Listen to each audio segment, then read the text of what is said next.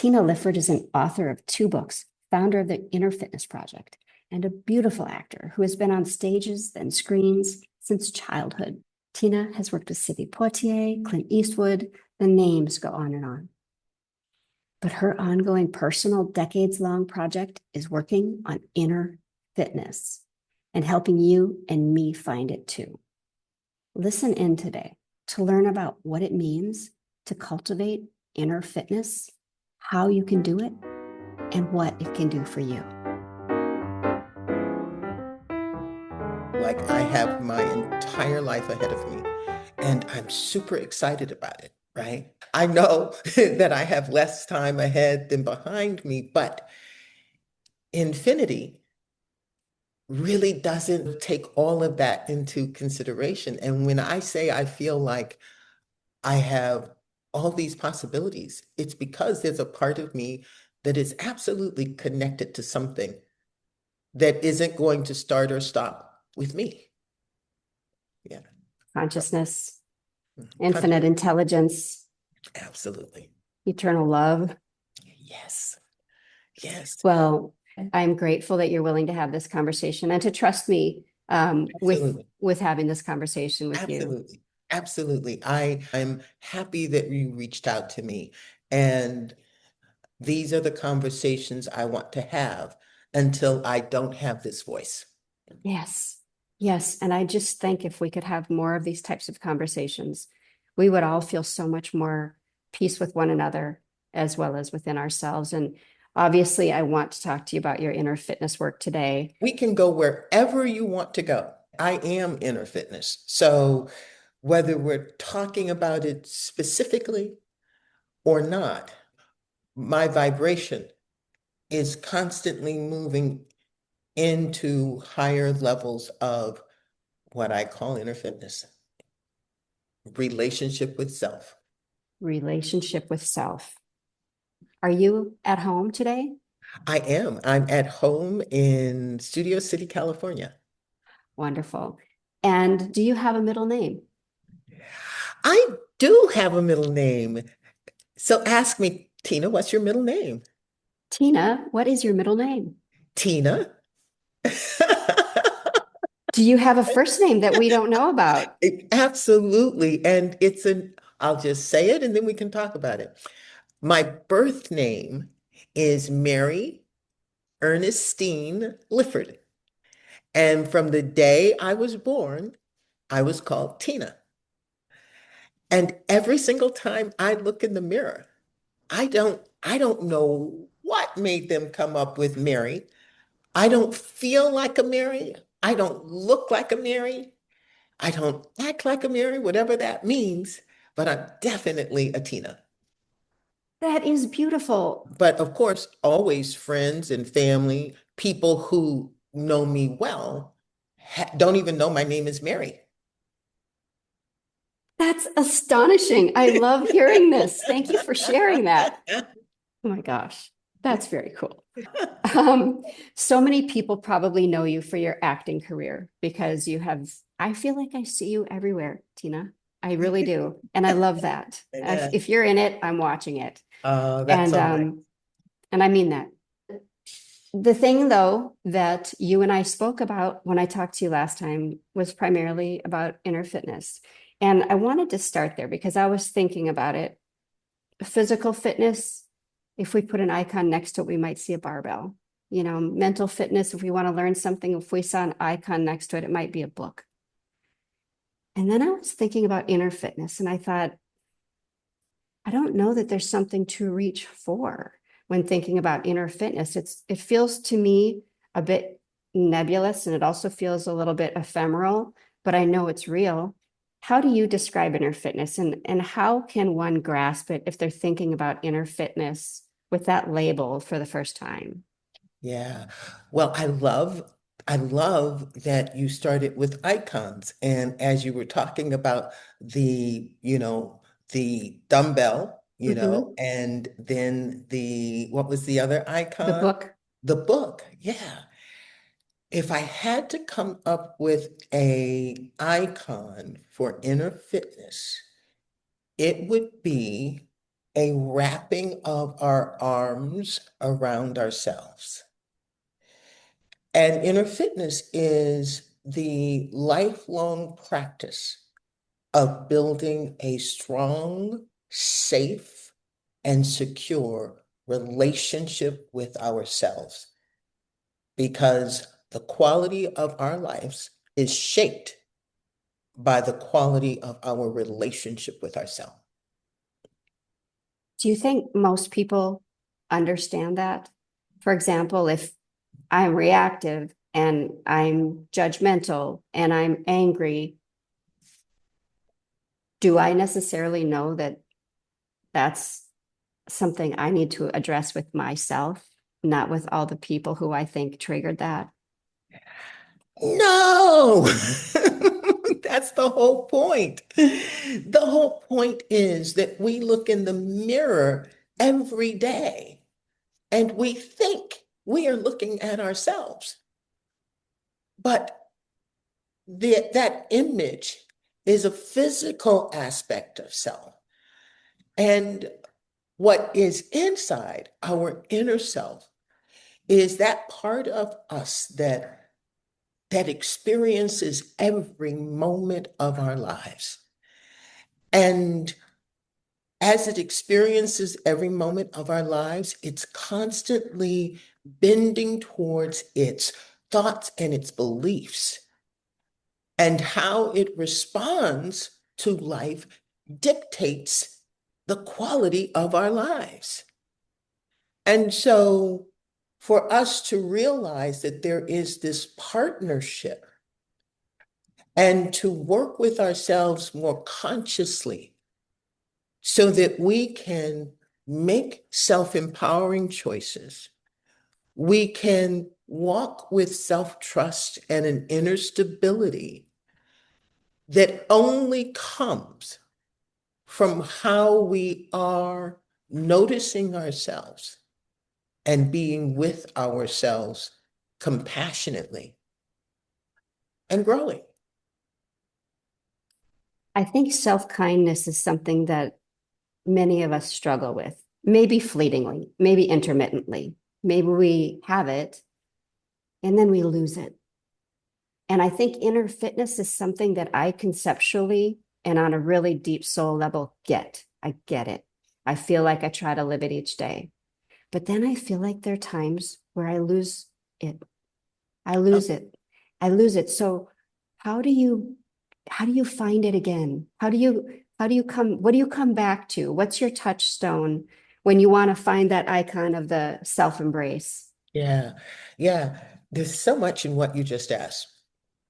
First off, it's really important for us to have greater understandings, greater self understanding and awareness, because it answers a lot of questions.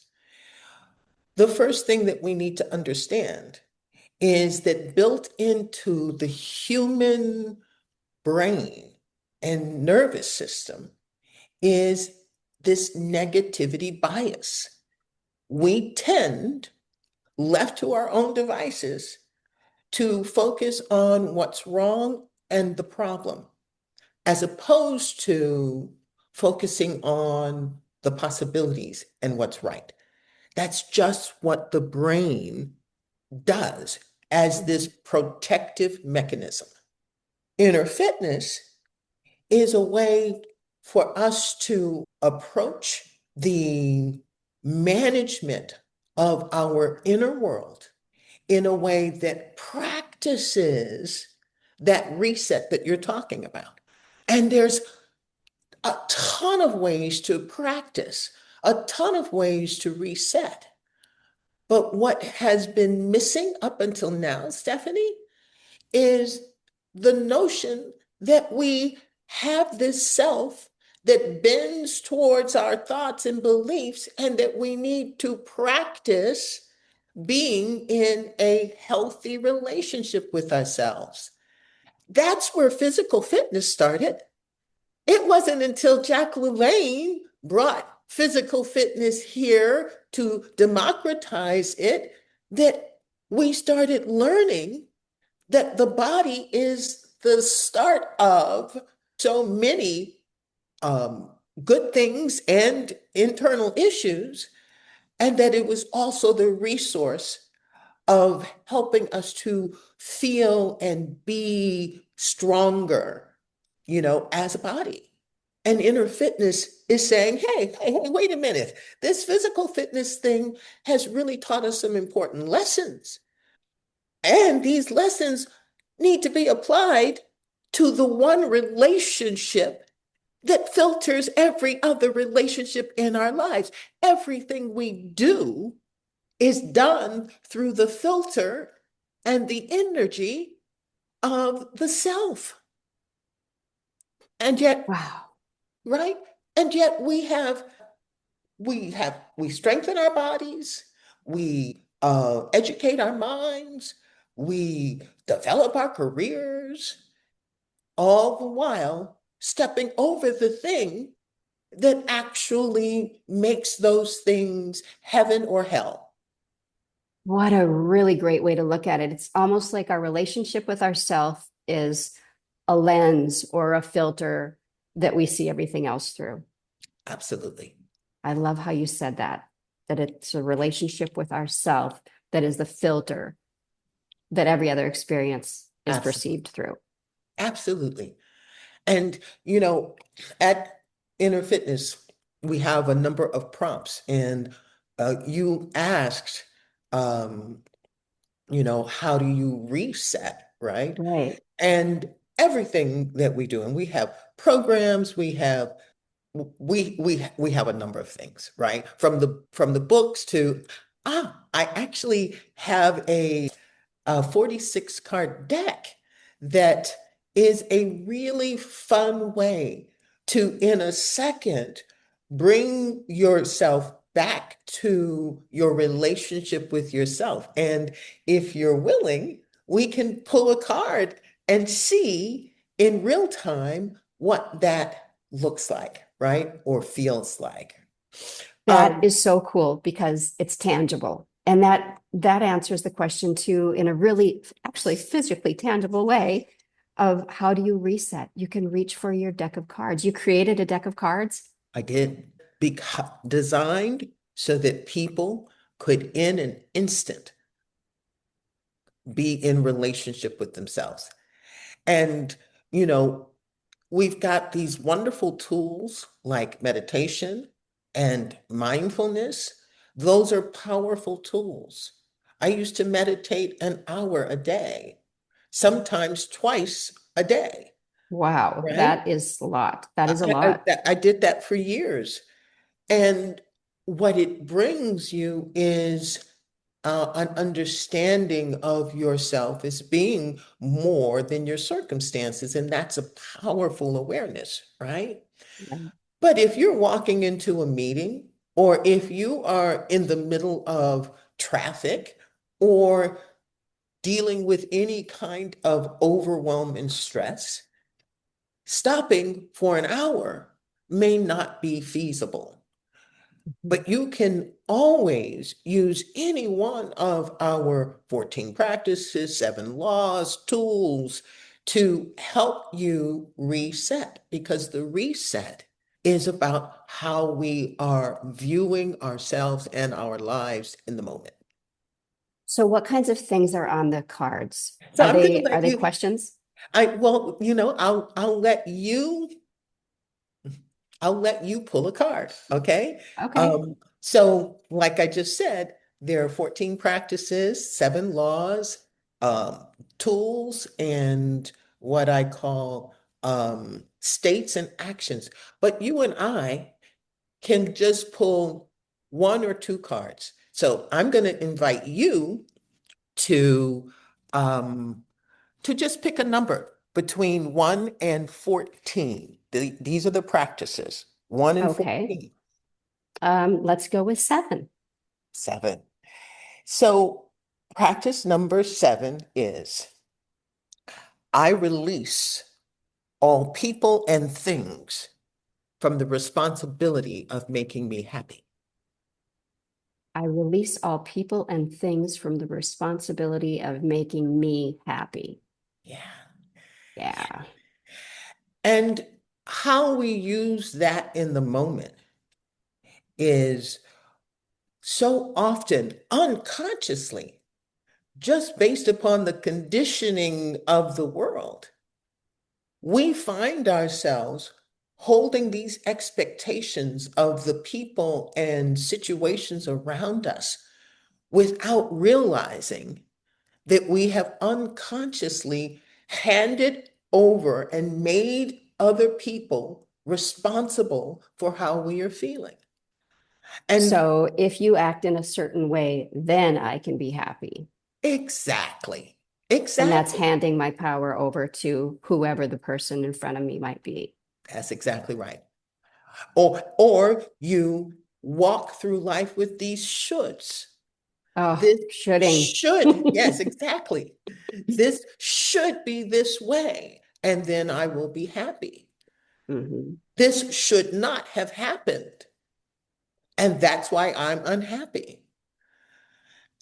Oh, so if one has practiced inner fitness and maybe one is becoming more inner fit, then are we more capable of handling the both ands of life? For example, I might be carrying a bunch of anxiety around about a project that I really want to see come to completion in the most beautiful possible way. And it's giving me a lot of anxiety because I care. Sometimes when I care that much about a certain outcome, it's paralyzing for me to the extent that I don't really live my life well outside of that thought. So if I was more inner fit, I could hold that anxiety and be happy outside of it throughout the process. Is that a That's good way of looking at it? that's a really great way of looking at it. And I'll go so far as to say that the quality of the anxiety, the intensity, the frequency will also change because you're holding it with a greater awareness of yourself and life. You spoke about anxiety, right? You spoke about holding things tightly. Mhm. And underneath that is the assumption that your effort, or your needing to know something or be a particular way is the only way that this thing is going to happen. And so the stress of being that, the stress of seeing that is overwhelming because the thing is so important. That's a lot of that's a lot of weight to be carrying around in a universe that you are not 100% sure of how it works. I'm forgetting that there's a bigger force out there, a Absolutely. co-creation kind of A- situation. Absolutely.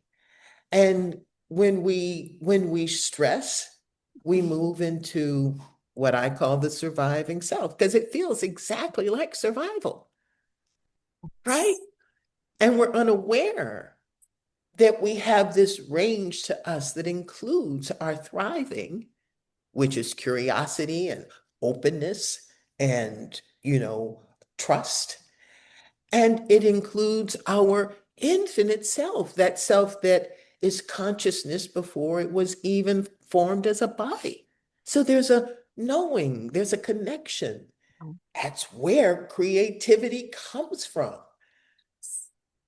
So, what we want to do more than anything is to, instead of getting tight and closed and rigid, which is where the protective surviving self takes us, we want to have a way to remind ourselves to breathe and to relax and to move towards curiosity so that we can be more open and available to the creativity that is always flowing and that we can be connected to.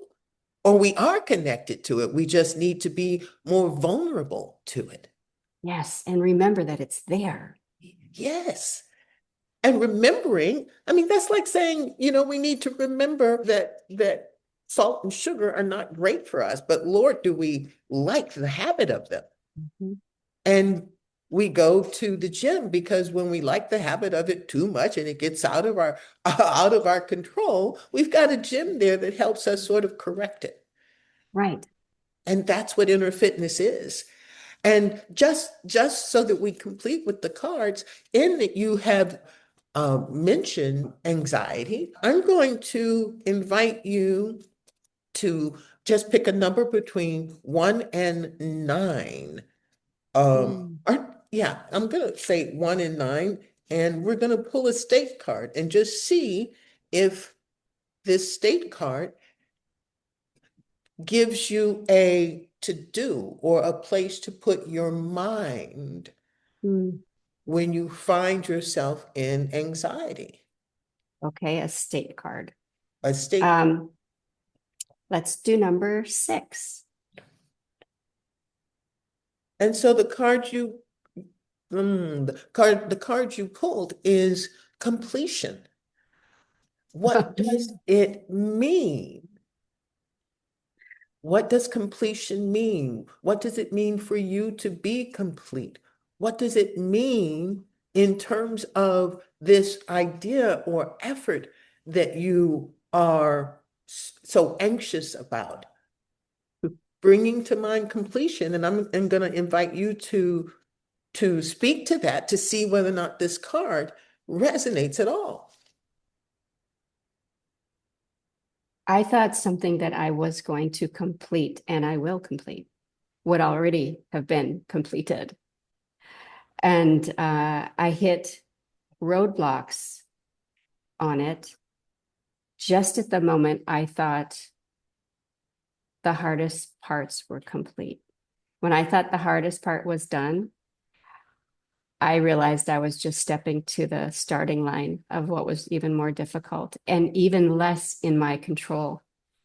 And I have truly had to learn self-acceptance and grace and invite in another power, a higher power, source, whatever you want to call it, for help because it's a collaborative ending to what has felt like a sort of solitary process, not completely.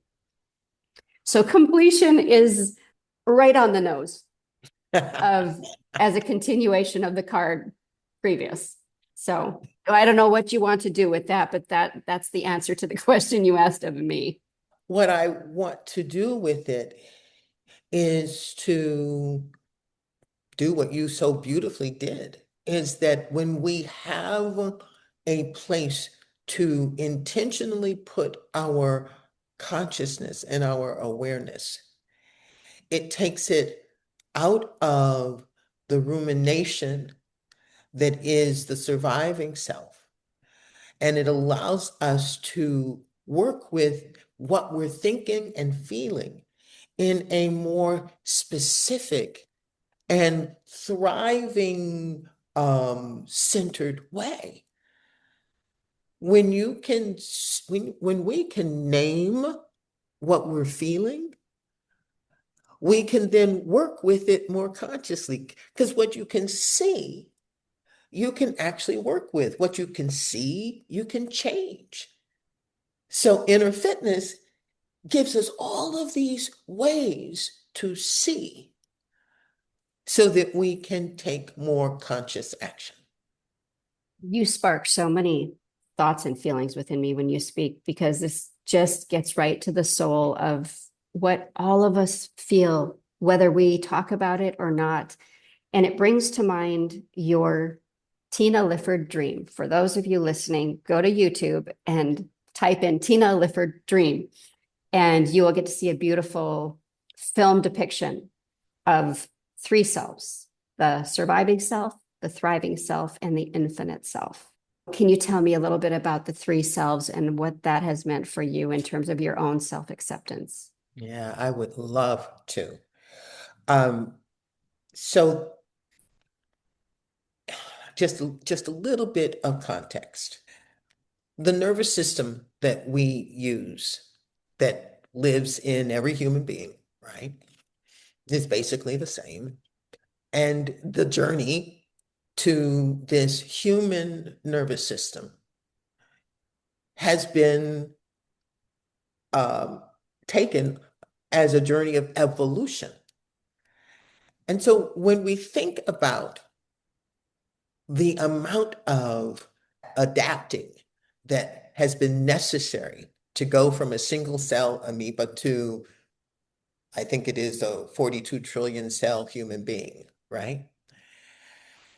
That adapting has had to have an awful lot of protection built into it. And so the surviving self is the reactive self, the self that is always looking for danger so it can survive. Protection mechanism. Yes, the surviving self is its role, its duty is to protect us. Its duty is to look for what's wrong, because if we can see what's wrong, we can protect ourselves from the negative consequences. And we have taken the challenging parts of our lives and assigned them to the surviving self with disdain, with hate, with rejection. But whatever happened in our lives, that moment that left us challenged, that left us disconnected from our greater self, that moment, the surviving self helped us to survive it in the best way it had at hand at the time. And then because of, again, the way the brain operates, once we got the landscape of how to survive that moment, we were like, well, we'll just keep doing this. We'll Mm. just keep surviving this over and over and over again in 1,000 iterations because we know how to. And because the surviving self, if you're running from danger, you're not contemplating your navel. Yes, you're not thinking about lunch. You're Yes, not yes, thinking about, yes, yes. yeah. And literally, the science says that systems start to shut down so that you only focus on the path to get yourself, safe.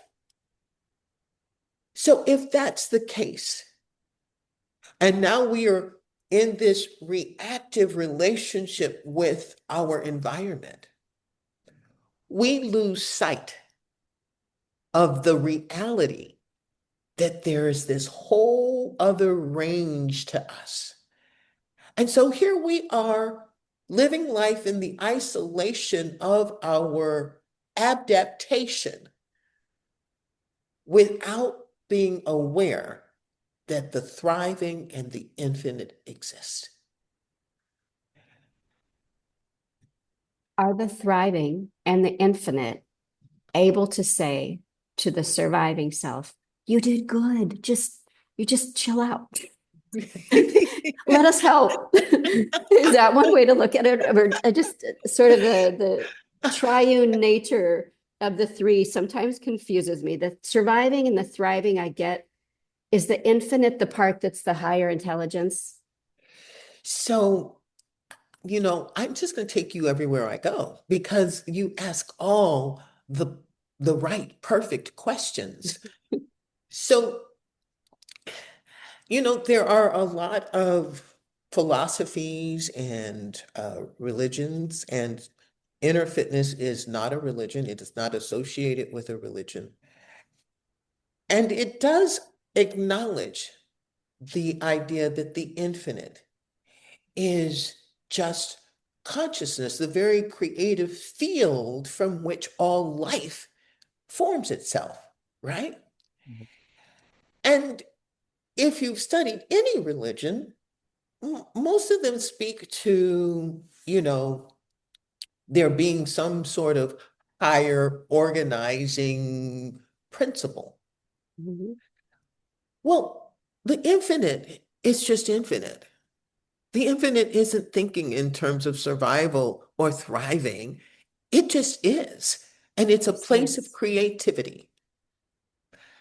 And that makes in the inner fitness discipline, it makes the thriving self super important because the thriving self is the conscious part of us that sees in both directions.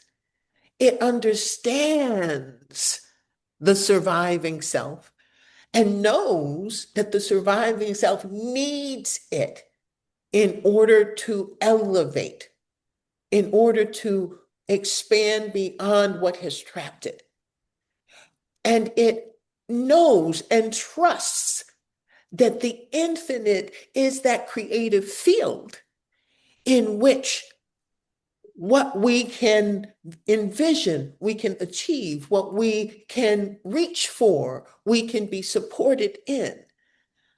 And so strengthening that relationship with our thriving self is the most important practice that we can develop.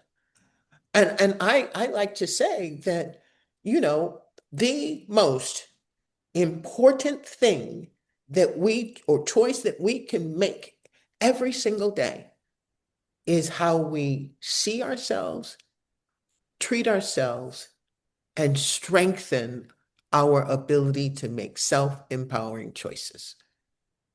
Oh, that is so beautiful. And I know that this is audio only, but if a listener could see the expansive body language you were showing me, it just, you look like a starburst or a sun flare. And that I think is the ultimate depiction of what we can gain from inner fitness is a feeling of expansion and a feeling of growth and a feeling, just to keep using the starburst and sun flare, it's a warmth Yes, and it's a comfort yes, yes. and it's a wholeness. It and you know the foundation, or at least the beginning point for inner fitness, is that we are inherently whole, purposeful, and worthy. And that's not a message that we are taught in our society, that we come here whole, purposeful, and worthy. And then, you know, one of our prompts is that life bumps into life, creating more life. So here we go ahead, go ahead. I was just going to say, I wanted to ask you about that because that really awakened me when I'm listening to your second book now, The Inner Fitness Revolution, talking about life bumping into life as an opportunity for creating something. Can you expand on that a little bit? It feels very cosmos, and I do love the idea of when we bump into life, whether it feels positive or negative, or we like it or we don't like it, it's still an opportunity. Yeah, yeah. And when you have awareness of your surviving self and your thriving self, and you have awareness that there is this negativity bias that is sort of built in, then you come to understand that when life bumps into you, you want to have an intention and tools to decide which self works with that bump. Mhm. Is it going to be the surviving self that takes that bump and now stores it as another thing, as another threat, as another way of Hardened. burdened and constricted? That's the word I was looking for. You Mhm. know, that the surviving self is going to work with that in a particular way. And the thriving self is going to work with it in terms of curiosity, in terms of, I am whole, purposeful, and worthy. How can this moment help me get back to that? What must I do in this difficult moment, in this horrible, horrific set of circumstances? You know, the thriving self will help you steer your consciousness to a way of thinking and feeling about yourself that can be of service to you, as opposed to just destruction. And life bumping into life, creating more life. It's just really simple. It really is. I would say it aligns with science. We live in this incredibly creative universe. Everything tells us that this is a creative medium. Everything. You look out, however far your eye can see right this moment, and everything that you see, everything that your energy sees, experiences, or feeling, and that was created, Yes. right?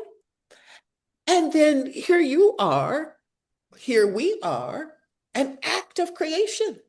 And oh, by the way, we are little mini creators, right? Oh, what a fun way to put it. Right?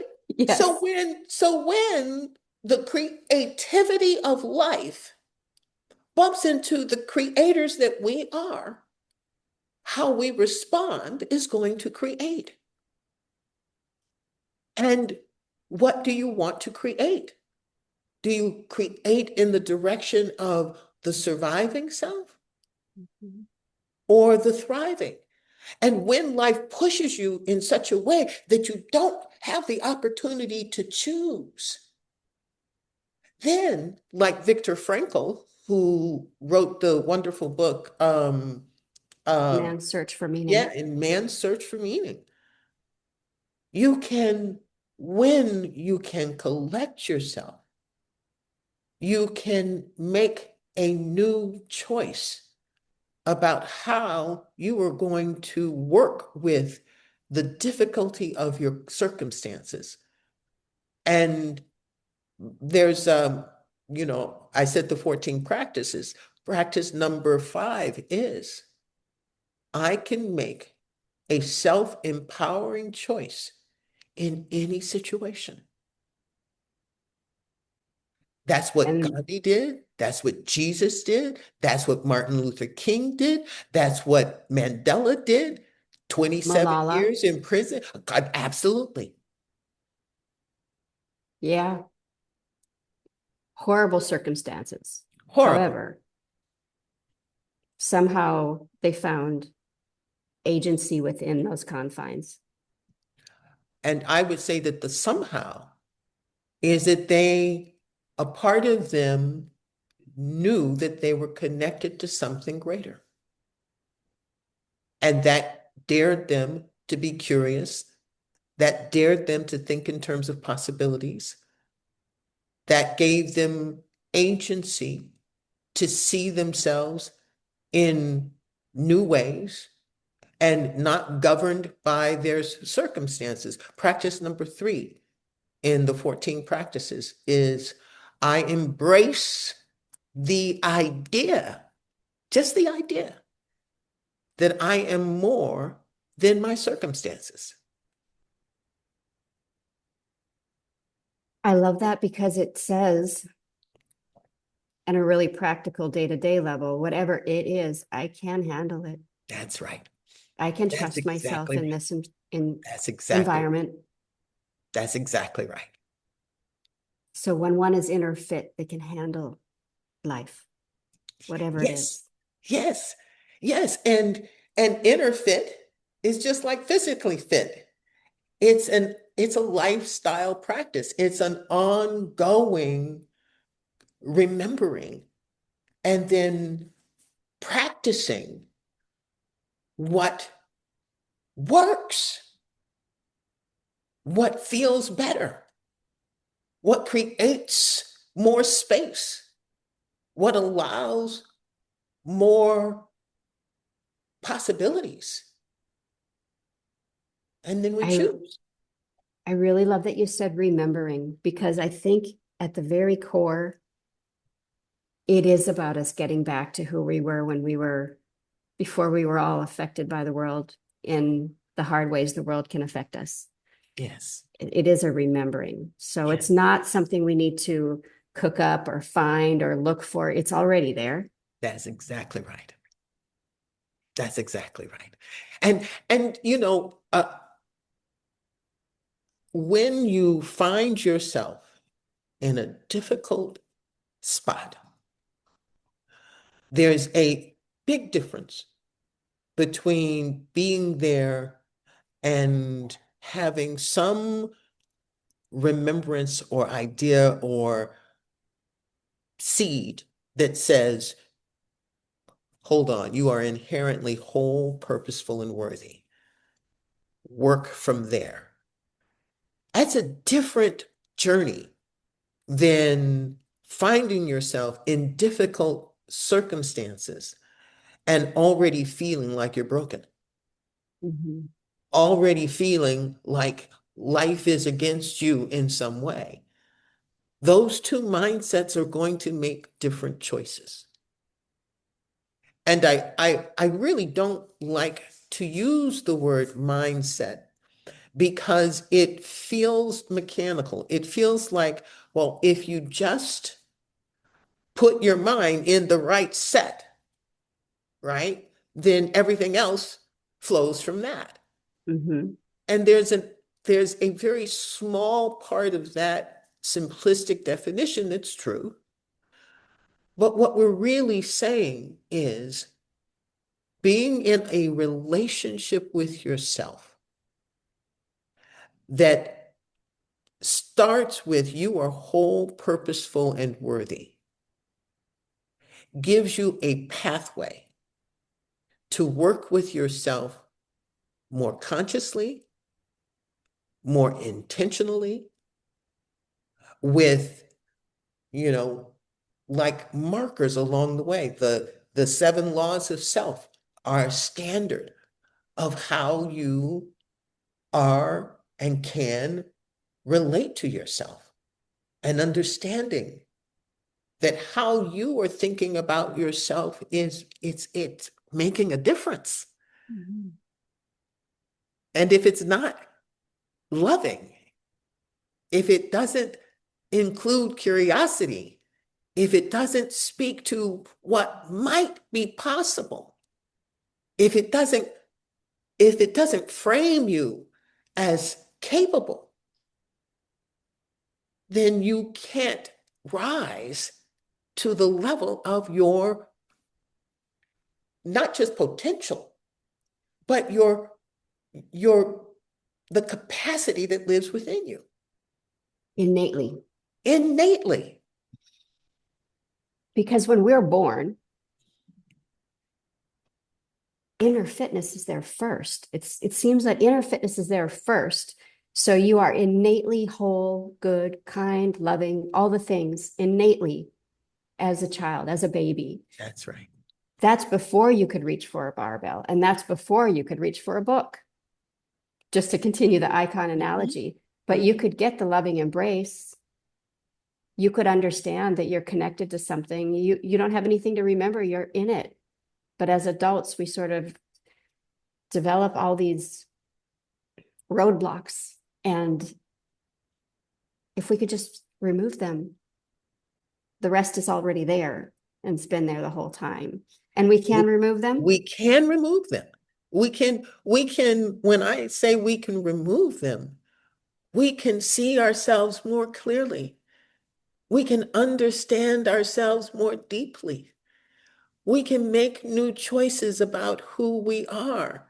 We can define and redefine ourselves. We can start again and again and again. What a relief. Yes, yes, yes, that's the whole point. I really love that you talk about creativity uh, in the realm of all of that, and that we are creative. And I feel that your chosen profession of acting and storytelling is such a beautiful embodiment of that, because you are literally stepping into the, maybe not literally, almost literally stepping into the shoes of another person you are becoming them and embodying them. And that shows me that you have to have intense empathy and understanding of another person's lived experience. Can you talk to me a little bit about how you see the intersection of your inner fitness work, if I can call it that work, because it's who you are as well, Mhm. and your acting slash storytelling work? Yeah. That's a fantastic question. It makes me smile. Um, because one of the first things that we learn in acting classes is that our character is not bad. If we play our character as though the character is bad, then we rob that human being of the journey that has made them look at life and respond the way they do. And so for me to step into that character's life, I have to really do some backstory work to understand. And that word just comes up all the time, to understand, to understand why she would make this choice. What would make a mother, act this way towards her child? What is driving that? And the more you understand that, the more as the the actor who has the responsibility, and that's how I see it. I have the responsibility to champion this person who others may not see or understand. That's my work to do. And so when it comes to roles, quite honestly, and particularly at this point in my career, it's like I only want to do the work that needs me. I only want to do the characters whose life I can understand in such a way that when I step in, it honors who they are, no matter what their journey, no matter how heinous that character might be written as, or how elevated a character might be. I am willing to lead with understanding what happened that allowed a person to make the choices that they're making, to feel the way they feel. And it is absolutely a perfect um, pairing with inner fitness work, right? And quite honestly, in the fifth grade, in the second grade, I knew I wanted to be an actor. And in the fifth grade, I was on stage and froze so completely that my teacher, after what felt like an eternity, frozen on stage under bright lights in front of the entire student body, my teacher came to center stage and picked me up because I could not move and took me to the wings. And, I didn't know the degree to which that experience had encoded itself in me in some way. And then in the midst of my acting career, it flared up. And And I knew, how far along in your acting career? so it was probably almost 10 years in, Okay. right? And and then our triggers are so specific to the people that are experiencing them, right? Mhm. Um, and like I said, I knew I wanted to be an actress in the second grade. So I had two choices. Either don't do this because of the anxiety that it causes, or figure it the frick out.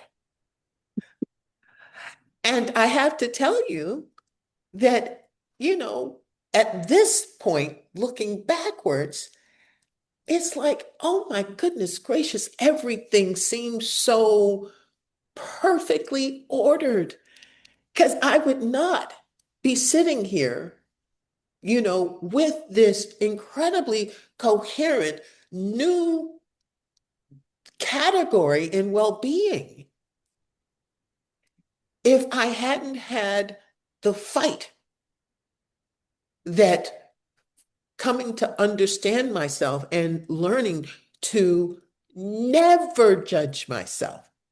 And I'm telling you, and your listeners, there is a way to be accountable and to be responsible, and yet never, ever again treat ourselves harshly. Treating ourselves harshly, speaking poorly of ourselves, to ourselves, or others does not align with the notion of developing a quality relationship with ourselves. That is the most powerful message everyone could hear on every given day. That's right. Because we all fall prey to the human condition, Yes. to the surviving self, and to the ignorance. And I don't say that, harshly. Every day, science is telling us something that we didn't know. Well, every day, there is something that we don't know that if we knew it, it could transform how we are with ourselves. So let's be in the journey of expanding our knowledge about ourselves. Let's be looking for, let's use the difficulties, the moments that hurt. Let's use them to discover something that can empower. And I don't mean to imply that we ignore the hurt. No, I had to work with what hurt. I had to reconcile that I appeared confident in all of these other ways and areas. And then there would be this breakdown over here. What is that? And I had to work with that in a way that didn't deny the confidence. Both were true. But no one had taught me to hold both. Mm. No one had taught me that this thing over here doesn't negate this thing over here.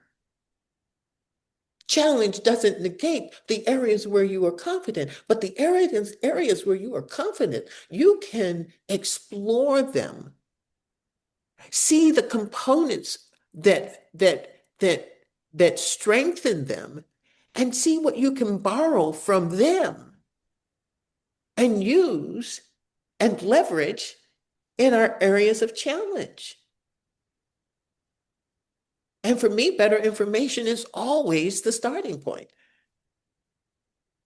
If this hurts, I just there's better information. If I just look for more information, I'm going to discover something that mitigates the hurt, that brings an understanding to the hurt.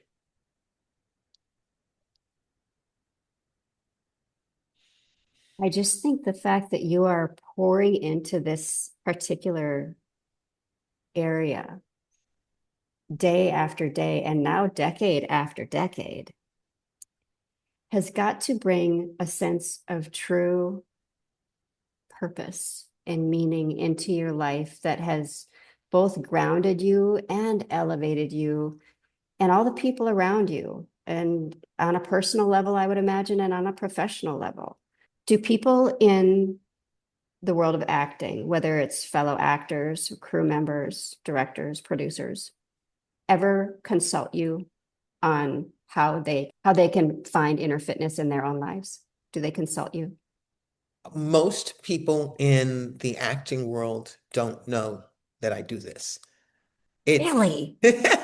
yeah, I would think it's not What in the something. world? Well, you know what's interesting? What's interesting is If I'm at a party, you know, I don't lead with I'm an actor, and I don't lead with, I am the creator of inner fitness. I don't lead with those things.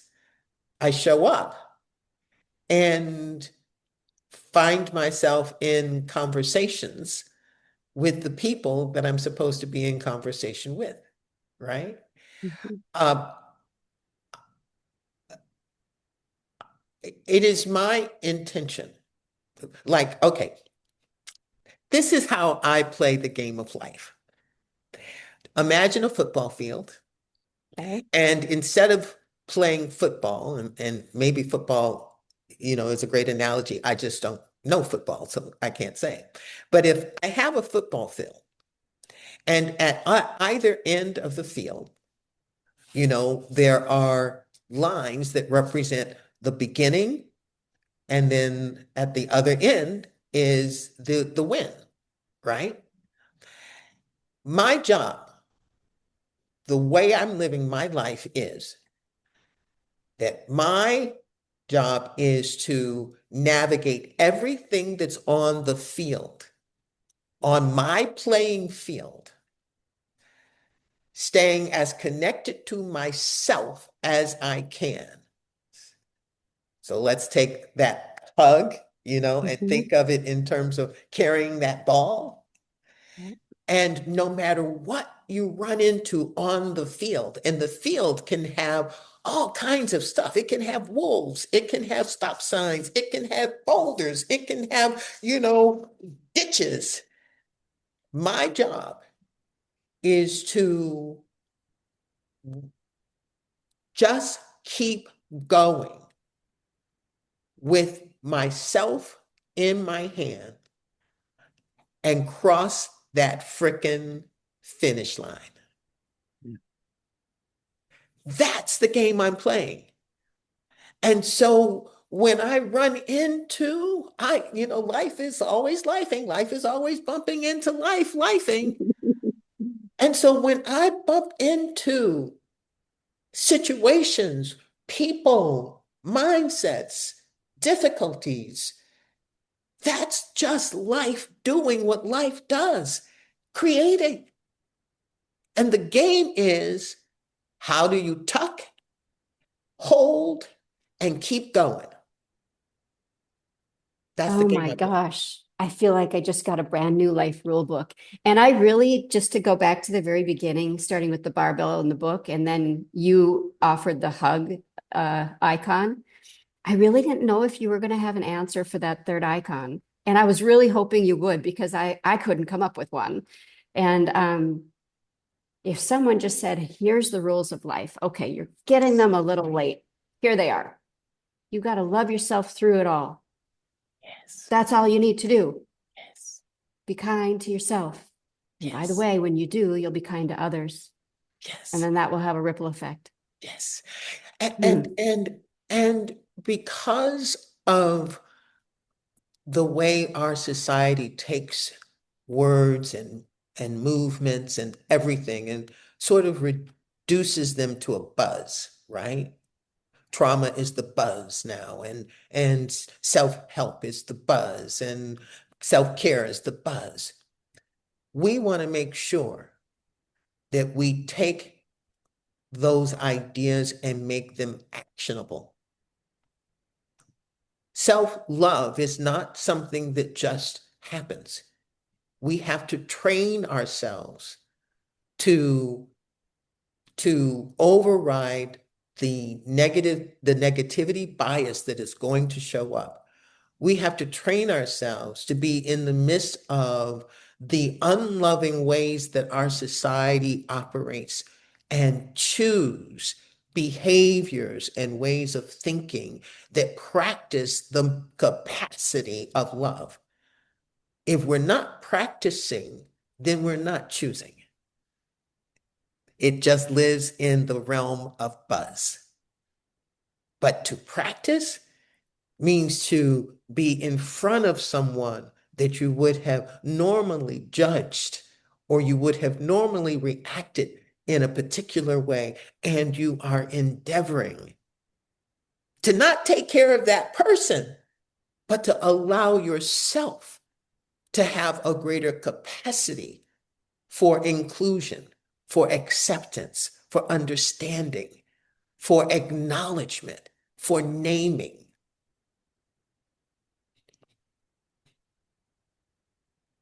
Just wanted to let that hang there for a minute because that was the most beautiful summation of what it's all about, what your inner fitness work is all about.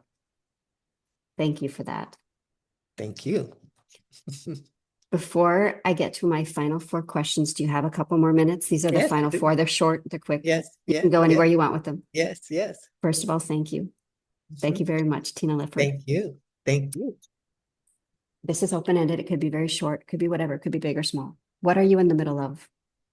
I'm in the middle of supporting inner fitness, becoming a understood, trainable, teachable, scalable reality in the world. What books are you reading right now? I am reading business books because as a creative, that's not where my head has been. And Mhm. there's so many parts of this journey with inner fitness that requires skills that I don't have. And of course, I am meeting with and bringing on people who have those skills, but I have a responsibility to have an understanding of what they're talking about. Yep. I remember you said in one of your books that a pivotal book for you had been Rich Dad, Poor Dad. What is an act of kindness that you have ever received that meant something to you that you'd like to share? I'm going to tell you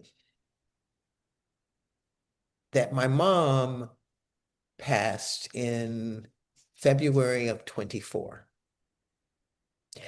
And I've known my entire life that I had an extraordinary mother. And the degree to which I live my life following my passions in ownership of myself, I am daily aware of the act of kindness my mother extended to her children by making us the center of her world. It's not a choice that I wanted to make because it's hard work. And you have to have the passion and the patience for it. And my mother never wavered. And it is the greatest act of kindness because we all get to choose. And my mother chose her children. I am humbled by that daily. Beautiful. Final question. I ask this of everyone. You can go where you like with it. First of all, do you like to sing? So, since being on the stage in fifth grade, Yeah. I don't really listen to music and I certainly don't sing. But what is your question? My question is, would you sing us out maybe 15, 20 seconds of any kind of song? So I just I love the was sound of at, the singing voice. so I, I literally can't carry a tune. And I will sing the few bars of the song that changed my life. Where singing, see, because it's amazing that, yes, I became this actress, but I was in the talent show as a singer. And Oh, I don't sing at all. And I don't remember ever really wanting to. But mhm, when I realized that fifth grade experience came in and just changed it all, right? mhm. So I walked to, so are we ready? We are ready. I walked to center stage and I said, "Old John Henry, old John Henry." And then I never said another word. That was where the freeze happened. That was when the freeze happened. What's the next words after that in the song? I don't know. What's the song called? Old John Henry. I think he was like had something to do with the railroad or whatever. Yeah. So do you just hug that fifth grader now when you think of that moment for yourself? The fact that I just sang those bars is the It's hug, beautiful. That is right? so beautiful. I don't have any regrets because I have all that has been given to me because of that fifth grader, right? I love that you just sang. It was beautiful. Thank you. You're welcome. And that's right. That's the hug. It's like I'm still here. Yeah, yeah, yeah. Tina Lifford, you're extraordinary. Thank you so, so much. Thank you, Stephanie. I'm going to say that you are extraordinary, and I want to say to every listener, there are no special people. We all are unique, and we get to hug up on that.